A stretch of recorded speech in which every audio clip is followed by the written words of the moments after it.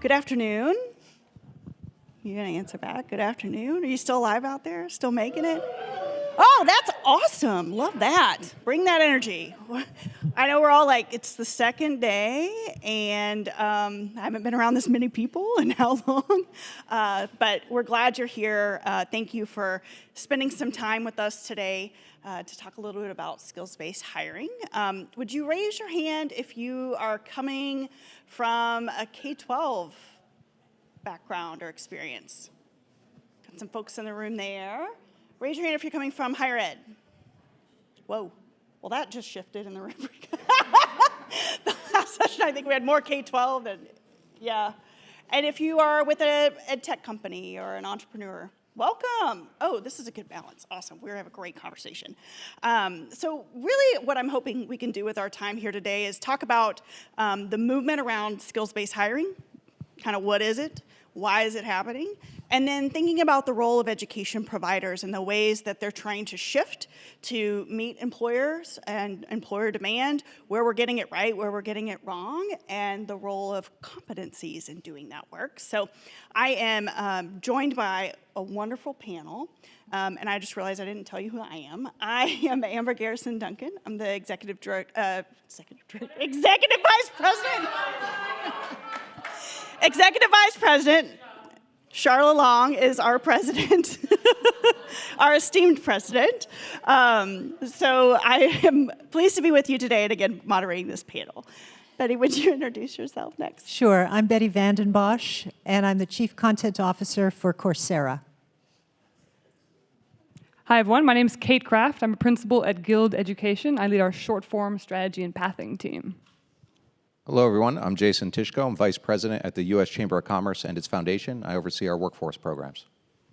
And hello, all. I'm Jeanne Kitchens, Chief Technology Services Officer with Credential Engine. Fabulous. Thank you all for joining. So I would love to ask for each of you to kind of introduce your organization and how you view your organization within the conversation about skills-based hiring. What is it that you're hoping to contribute to the conversation about skills-based hiring from your organizational perspective?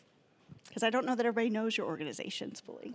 So Coursera is a learning platform, and we have partners who are members of industry, and we have partners who are universities. And what we contribute is we look at all of the learning that's on our platform and make sure that there's an orientation to skills, and we identify the skills associated with our learning. We also create, in collaboration with our partners, industry-capable learners who do introductory professional certificates that are focused on skills so they can get their first job. We then collaborate with universities to make sure that also feeds into university degrees. I could go on. Thanks, Betty. Hey, everyone. For those unfamiliar with Guild, I'd like to first ask our American-based people in the room and also burrito lovers who are visiting this wonderful country to think about the last time you were in a Chipotle. Think about the person who made that burrito for you. Let's call her Casey. Casey's been at Chipotle 3-4 years. She's got a couple of kids. If we were to ask Casey what she most wants in her career, she would say she wants to make more money. She wants to make more money, and ideally, she wants more flexibility in her schedule. Unfortunately, Casey doesn't have a bachelor's degree. She doesn't have a lot of confidence in herself or her education. If she looks at her store, she might see a manager there and think, oh, I could do his job. But she might not have the confidence, the skills, to really put herself up for that role. That is the challenge Guild exists to solve. What we do is we work with Casey to help her pick an educational program that fits her, something short form, skills-based, like Betty was talking about. We give her a coach to support her, and luckily she doesn't have to pay for any of it because our employer partners pay. So the challenge we're getting at when it comes to skills-based hiring is really access, breaking down those financial barriers for Casey. The second half of that challenge, though, is bringing the education she's going to get closer to what is actually needed in the workforce. What, if she wants that manager job, what is she actually going to need to do and say and prove? And that is what we are really trying to get at, because it's really all about economic mobility for the front line, and that's what we do at Guild. Hello, everyone. The U.S. Chamber of Commerce is the world's largest business federation. We represent over 1,500 state and locals of chambers of commerce.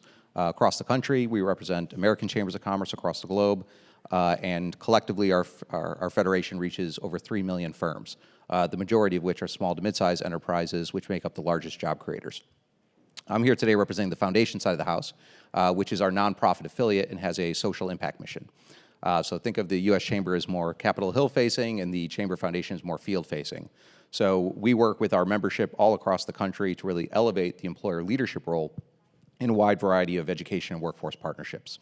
And as part of that, we're trying to solve 3 major problems, 2 of which will be relevant today. 1 is the partnership gap, 2 is the data gap, and the 3rd is focused more on finance and how you pay for all of this. But we're trying to solve a human and a technology problem, and we're working with our membership on the business side to really change practice and facilitate change management for how they're organizing their hiring strategies, their recruitment strategies, their talent development strategies to make them more competency and skills-based. So we're helping train them on how to be better partners to the education and workforce system, and happy to elaborate on that later. And then on the data side, we're trying to address gaps in our education and workforce data infrastructure. So we're looking to better create better learning and better data and more transparent data about learning and learning outcomes, but we're also trying to close gaps on the employer side and really trying to modernize our workforce data by producing better data about jobs as well as the employment outcomes associated with those jobs. So that's what we're doing. We're trying to work across the country with partners like CBEN, Credential Engine, and others to really try to address both sides of that equation. How do we change human practice and behavior, but how do we also modernize our data infrastructure? And I'm with Credential Engine. We're a nonprofit organization. We have a mission for credential transparency, and that's a handle. Think about all the things adjacent to credentials, competencies, learning opportunities, assessments, transfer value, education and career pathways. And by national infrastructure, we offer open technologies that whether you're in the K-12, raise your hand, or the post-secondary, raise your hand, or the software, or just business, in general, you can utilize these open technologies to begin to contribute to better, data and interoperability.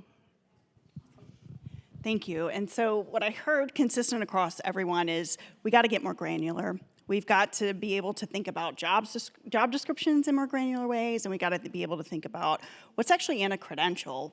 What was not just the content, but what was measured, how was it measured, and so that's quite different than the way we've traditionally done things on both the employer side and on the education side. So Jason, I'm going to start with you in this concept of skills-based hiring. So why are employers headed this direction? What's their motivations? And can you just give us an understanding of where you think that movement is at the moment? Yeah, so our membership right now is suffering from a major talent shortage. And we are getting very creative in terms of how we're trying to tap into talent that's available to us or talent that we can develop. And what we're hearing from our membership is they want to move more towards skills-based hiring because they want to assess for better fit for the job. And while there's plenty of things we need to clean up on our side, and one of the things we do at the U.S. Chamber is really help them organize their hiring requirements and their partnerships in a more effective way. So the kind of bread and butter of what we do is talent supply chain management. And we teach companies and collaboratives of companies on how to build high-performing talent supply chains with their preferred education and training partners. But much of that starts with employers changing their own practice. And it starts with organizing better information about their jobs so they can actually move towards skills-based hiring. We also want them to be effective collaborators in co-designing curriculum so they can actually align their competency-based hiring requirements to learning outcomes in a curriculum, an assessment, or a credential. So it starts with us cleaning our house up first, because we got a lot of bad data and bad job postings out there. So we're training them how to author better job descriptions of postings, how to do it using job analysis, move it to more skills-based, and get more specific. So don't just name a skill semantically, but give it context. Tell us how you prefer it demonstrated or assessed, because that competency or skill could look very different depending on the context you're in. And by that, I mean industry context or occupation context. So we're trying to get them better at organizing the job descriptions of postings, but then we're also trying to help them do curriculum mapping, competency mapping, all kinds of proactive activities to build that talent supply chain, that value chain, where we're not just expecting someone else to solve that problem for us. And in fact, we're part of it because we teach them how the point of hire is in the middle, not the end. because employers too are involved in the development of those competencies and skills, their assessment, and they too, once somebody is an employee on the books, are going to be responsible for delivering that training and documenting that training. So they're very much part of the pathway. So we're trying to build up that change management. The demand is there. We're hungry for talent. We want to hire based more on skills than other proxies like experience or credentials, though those things are important too. But then we also want to make sure we have the underlying data infrastructure to support that, because a lot of this is going to be executed by machines. So we need machine actionable data if we're going to be able to process learning, competencies, and skills inside our HRIS technologies, our human resource information technologies, our applicant tracking systems, and other HR resources that we use. Thank you. Now we've heard what the destination, right, is always getting to the job. Here's what's happening on the employer side. But you spend a lot of time looking at how, and Kate, how education providers are moving themselves to meet that demand, to shift with employers. So can you share some examples of what institutions are doing right and where you're like, please stop doing that, this is not helping our situation? What's right and wrong about how we're moving forward in education? So one of the most exciting things for me is how industry and universities are really starting more than ever before to come together to jointly create programs that solve employers' problems. One example that we've got is a specialization that's on our platform that's a collaboration between Darden and IBM. Each one of them has 3 courses in a specialization, and together they help the learners develop the ability to live with digital transformation. And I say live with because it sometimes happens to you as much as you affect it. But the beauty of that is IBM really understands the specific skills. Darden, of course, everyone knows Darden, really has a handle on the concepts, and our learners need both. Another great example for me is that we have many introductory skills, introductory professional programs where people can learn the skills for their first job. Great. But the first job doesn't end, that's not the end, because that develops another ceiling. Once you've got a job, you think, wow, I'm making, I don't know, $50,000. In 10 years, you don't want to still be making $50,000, but if you don't have a degree, if you don't have that next credential, you're in trouble. So we now have universities that are articulating industry credentials, industry certificates into their bachelor's programs. People don't have to learn things twice. They have self-efficacy because they've been successful. They move on to a degree, and you know, the sky's the limit. Then they might do a master's. And to me, helping people along that skills pathway is absolutely critical. So that's the stuff that's really going well. The stuff that's not going so well. It's really hard for universities, and I get it. I've been at universities. It's really hard to articulate. I call that pick and shovel work. You know, you've got to talk to the faculty, you've got to make sure it fits in a program, you've got to da-da-da-da-da, sometimes you have to change this, you have to change that. And I really implore all of our universities to think hard about how you can make skills part of your curriculum. And articulation is the first step, but it may not be the only step.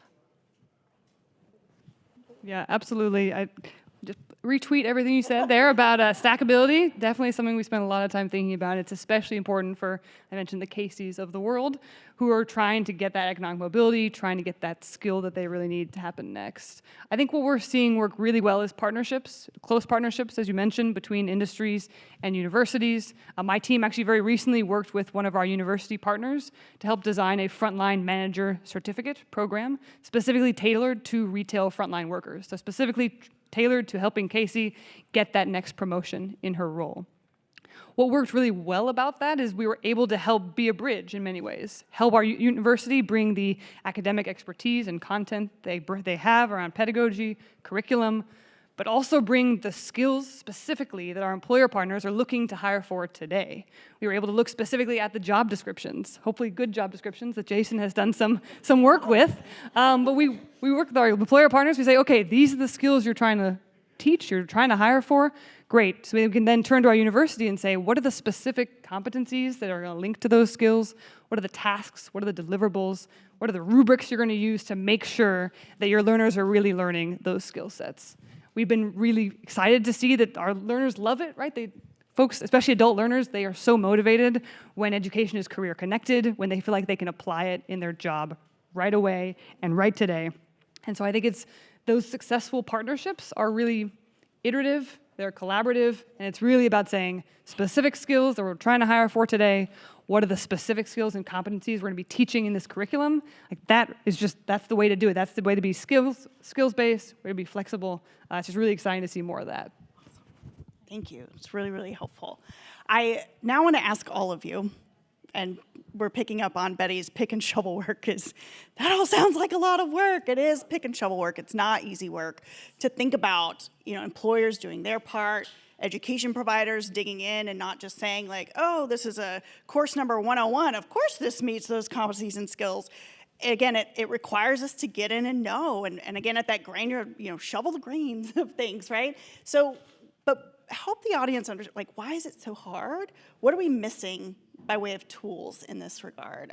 So it wouldn't have to be so tedious. I'm curious what y'all's perspectives are. Sure. Well, just kind of riffing off what I was just hearing a second ago, where you have, this paradigm change where we're kind of unbundling the degrees and turning them into these smaller things, these micro credentials with competencies. And right now there's around 1 million unique credentials available in the United States alone. And if you think about that on bundling, that's a really good thing on the one hand. On the other hand, the pick and shovel work has to come in here, because you also have to realize that this is valuable information out in the world, the web, right? We go there every single day to get information, but we're not seeing anything about these partnerships, right? In terms of data that we need to be able to utilize and then create pathways and understand the pathways and be able to get in and exit from those pathways. So the pick and shovel work also has to be thinking about this in the realm of, but we need it on the inside, but the world is a bigger place, and we need all this data on the outside, and we need to think about it being interoperable out there in the real world, on the web. And so we have to start, getting down to a granular level of this type of information and turning it into valuable information for all of us, and then valuable information that machines need in order to do something valuable with it to help people achieve what they need to achieve. So I think that the fact that there are 1 million credentials is the problem. Because nobody can conceive, well, we can conceive of 1 million. It's a lot, right? And that's as far as we get. Why are there 1 million? I have a hypothesis. Because everybody thinks theirs are the right ones. And everybody thinks my competencies and my skills are better than your competencies and your skills. And my job description is better than your job description, and. And the challenge that we now face is, how do we figure out what is important for whom, where, and when? And lots of folks are trying to sort that all out by saying, well, we've got the taxonomy, we've got the right list. And I don't think there is a right list. I don't think that we are ever going to get to, and now we know how all this works together. However, I do think that we can, at a local level, so at a university level, at an employer level, think about what's important for us and be flexible in what we call it and how we interpret it. That, to me, is the only way forward. And doing that with real examples and letting learners tell us what the skills are that they've learned, rather than just saying, well, if you did this, I know you have that skill. I think maybe we have to rely on them a little bit more. Yeah, one addition to that, I agree absolutely. When I think about how to help learners choose between 1 million credentials, we certainly think about it in our marketplace, you have to think, okay, we could do taxonomies all day long. What we hear by that language is not necessarily what a learner's going to hear. And we have to be able to test with them, like have an iterative testing process to say, when we say flexibly paced or self-paced, what do you hear versus what we mean? Like bringing learner and user voice into that is so crucial to make sure that what we actually do land upon, even if it's many systems, is actually effective in helping them make the choices that are right for them. So Amber, I'd like to answer your question by starting with the previous question you posed about what should we not do. And so I'm going to try to be provocative from a business perspective here and say, one thing is don't push product. The one thing we can't stand is something you were alluding to, Amber, which is I have a problem, I have a need, I need to work with a partner on addressing this need, and you say, I already solved it. I got it right here. It's this credential, it's this curriculum, it's this program. All you got to do is recruit from this. And we have not yet even unpacked or developed a shared meaning around what's actually going on inside that credential program in a way that aligns very specifically with our hiring needs. So we don't want to just take something off the shelf necessarily without unpacking it. And that gets us to the second problem of what not to do. What we can't do more of in the future is provide opaque credentials, assessments, and transcripts. If we can't unpack them and understand in a more granular way the competencies and skills they represent and how they've been assessed or demonstrated, we can't assess fit for the job. So it's going to add a lot of friction in the hiring process, and people get lost easily in the HR technology. So what's the pick and shovel work we got to do? My commitment to you is to work on behalf of the business community to structure and standardize our data inside the job in the employment record. It's going to be a big lift, but we got some people working on some pretty novel solutions around that right now. But we want to do a mass standardization and structuring of the data so we can send standardized linked data out about jobs and employment records. Now, what do we need of all of you? We need the same thing to happen around learning and the learner. So if we're producing curriculum, assessment, and credential products, we need to be able to create structured, standardized data based on a data standard about, create machine actionable data about the competencies and skills.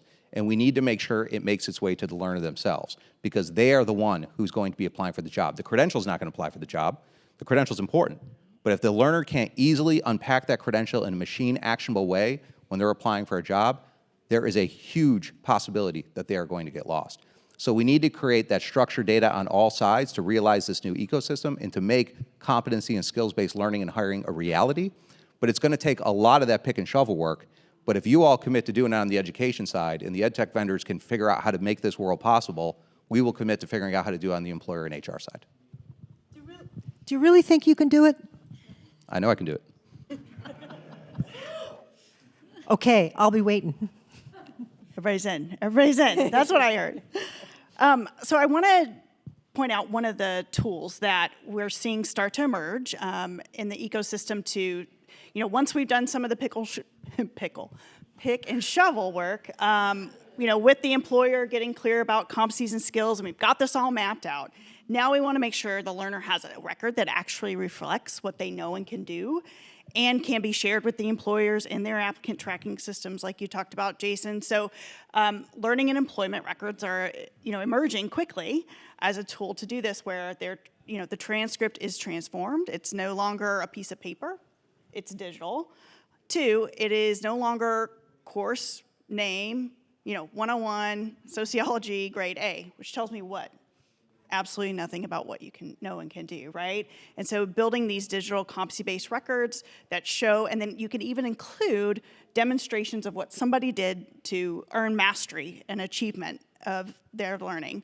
And so that's where things are headed. We're seeing employers, and again, it's like, how do we start to use technology to, again, change the way that we're structuring data and sharing data between the education provider and the employer. So I think that, again, obviously I'm a little bit of a recalcitrant on this panel, but I think that we're being naive because, first off, skills wither away.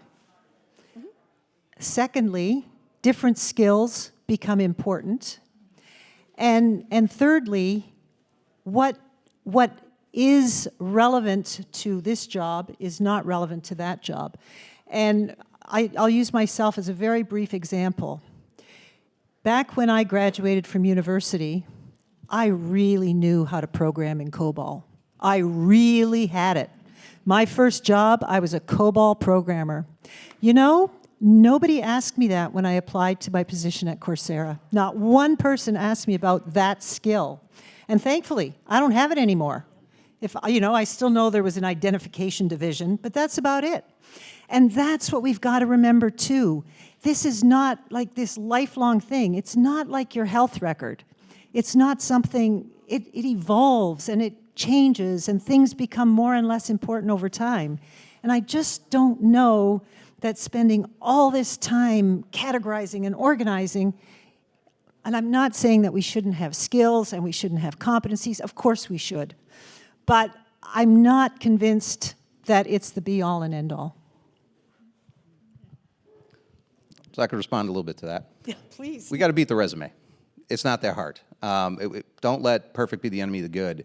And if we can give learners, I mean, we know right now, if you see somebody went to school 15 years ago, you might question how valid and reliable, you know, what they learned then is now, or how useful it is. So we know how to manage for time in these things. And I want you to understand that when we talk about a learning and employment record, that does not necessarily equal resume.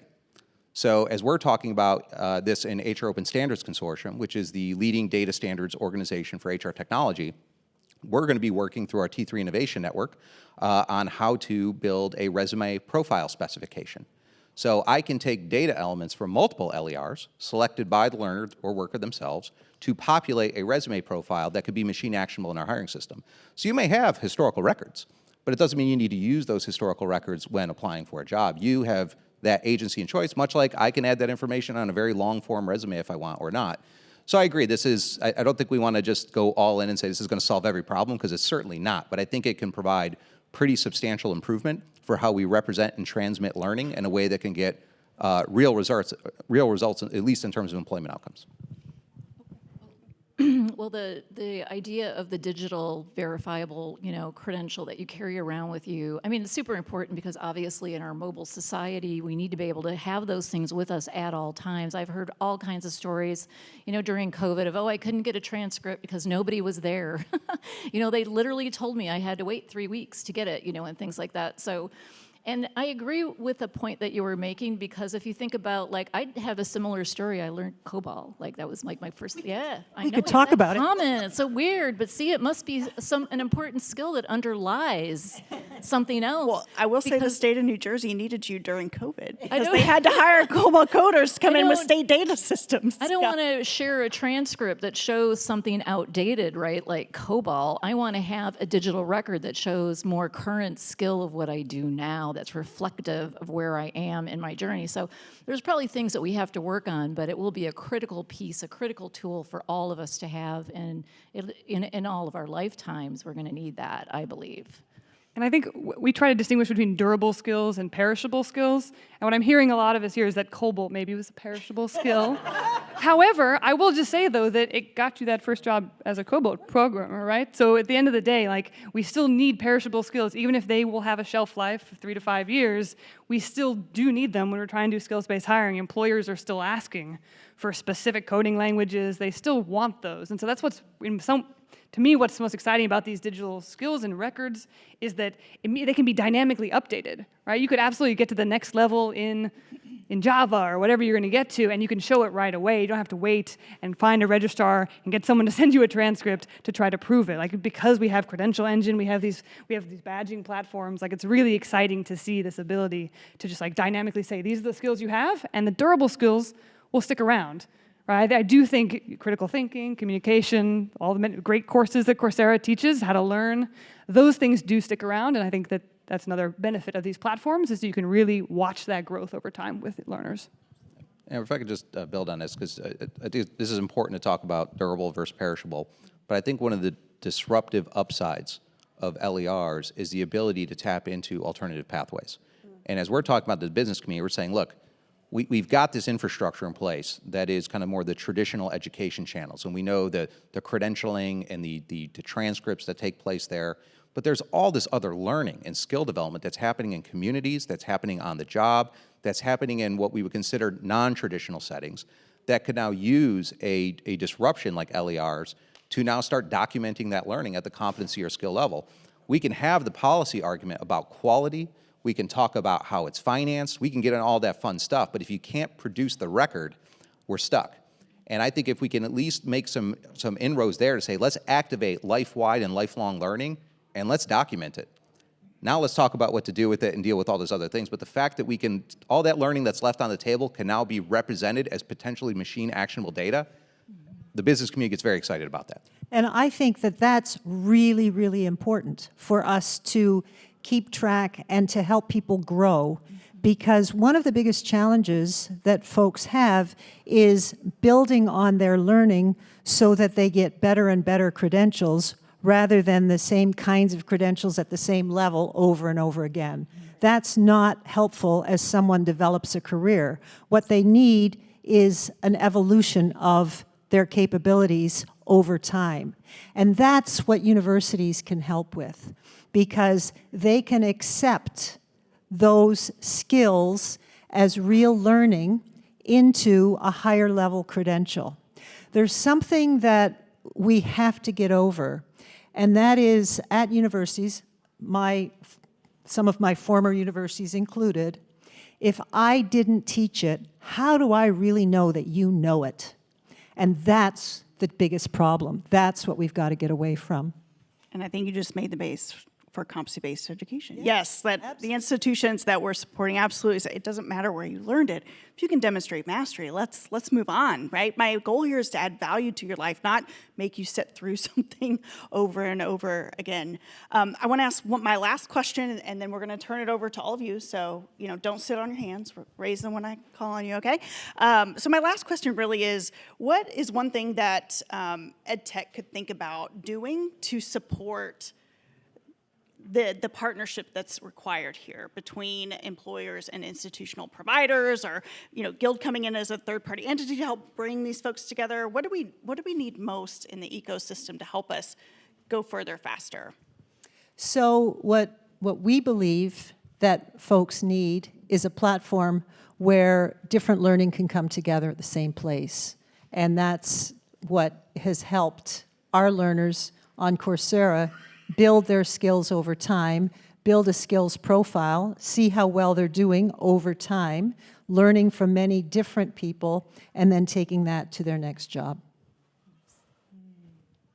Yeah, I'm thinking a lot about the power of data and just how EdTech can help create the kind of data we need to be able to track longer-term outcomes, not just this program got you this one job, but where'd you go next? Where did your next job take you? And I think the real opportunity for EdTech, for employers, for universities, is to think about equity when it comes to data. Like, think about how can we actually break down in a disaggregated way how our learners of different races are doing, and try to understand what's really going on there, and then be able to put in place support systems to support them. I think I was just speaking with one of my colleagues earlier today who was saying that I think a recent survey Guild did showed that 22% of our target frontline U.S. workers do not have high-speed internet access at home. And I think it was 16% don't own a laptop. Maybe they're sharing one amongst a bunch of different people. That is a place where employers and universities can collaborate, right? They can provide childcare, they can provide laptops, employers can provide computers and internet in the break room. Those are the things that get me really excited when I think about data and equity of these partnerships. I'd say to our technology partners, where we need the most help is help us with adoption of data standards and help us achieve interoperability.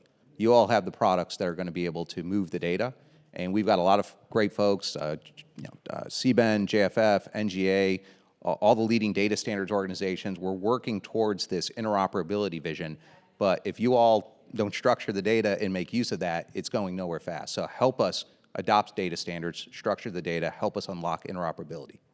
The second thing I would then say, if I can add two, is once we start getting the data to flow, that's just half the battle, because we're going to need to deal with translation. We're all going to be speaking different languages, so we're going to have all this rich competency language. We're going to have all this rich work task language. There's going to be everything in between. So we need to be able to effectively assess fit. So I know what's inside of a job is roughly equivalent to what's inside of a transcript or LER, and is roughly equivalent to what's inside of a curriculum or credential. And we're going to have to solve that together. So if you help us with those two things, I think we can make some meaningful progress. And another thing that EdTech can do is think about where their products can contribute to and utilize, open infrastructure and create and share open data In earlier sessions, I heard stories about, well, I only have 20% of what I need, and I have 20%, and so-and-so has 20%. So think about where can we actually begin sharing data, not necessarily about personally identifiable information about people, but the transparency of all the information behind that, the credentials, the competencies, the kinds of information that can, in fact, be public information and open and on the web. Thank y'all. All right. We got one question from Kelvin, because you're our friend and you raised your hand.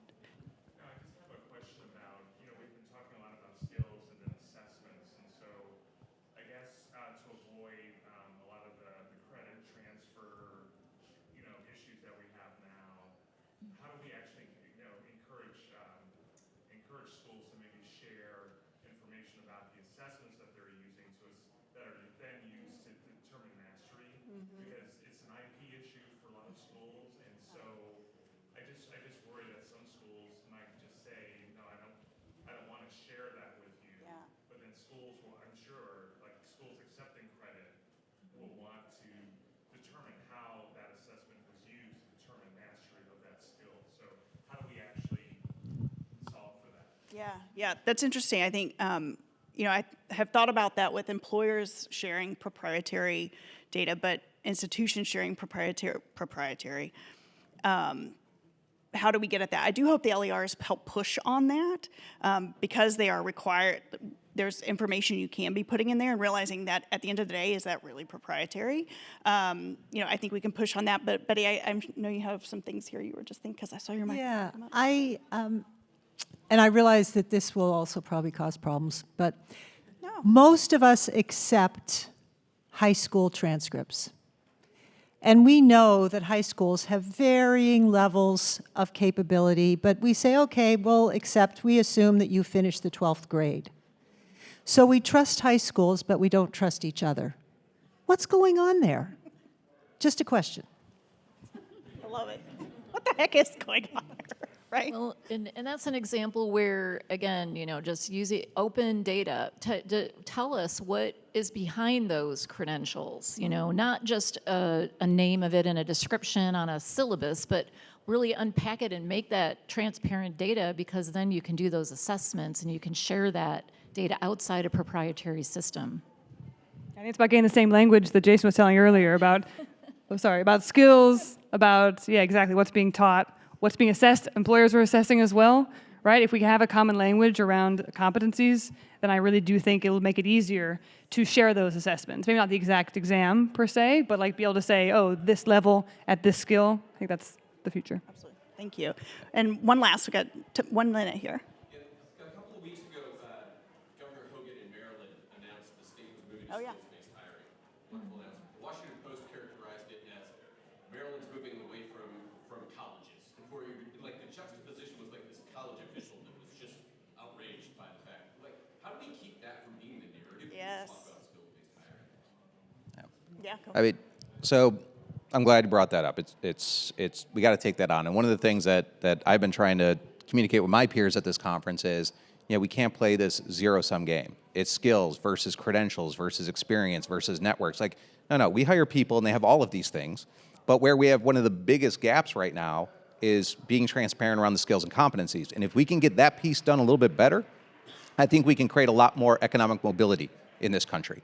It's a missing piece, but it's not at the expense necessarily of the other pieces. We're not going to completely abandon credentialing. It's still going to be there. But if we can unbox and make more transparent these competencies and skills, we can do more things and achieve a more equitable talent marketplace. So I think we need to push back when folks try to say it's either or, it's winners or losers, because I don't think that's how this is going to play out at all. It's going to it's going to get more complex, more mixed, but we're going to have a deeper appreciation for competencies and skills, and we're going to work on our HR workflow processes to better be able to assess those competencies and skills, regardless of the context they came in, to assess for fit. So it's going to give us more tools to be able to better understand and connect with potential job applicants than we've had before, but it's not going to totally displace all these other things. It gets good headlines, though, doesn't it? All right, well, we are at time. Thank you for being here again today, listening and being a part of our conversation. Stick around for the next session, which is on CBE from K-12 to higher ed. So we're going to talk about a whole bunch of system interactions in the next time together. So thank you very much, and thank you to the panelists.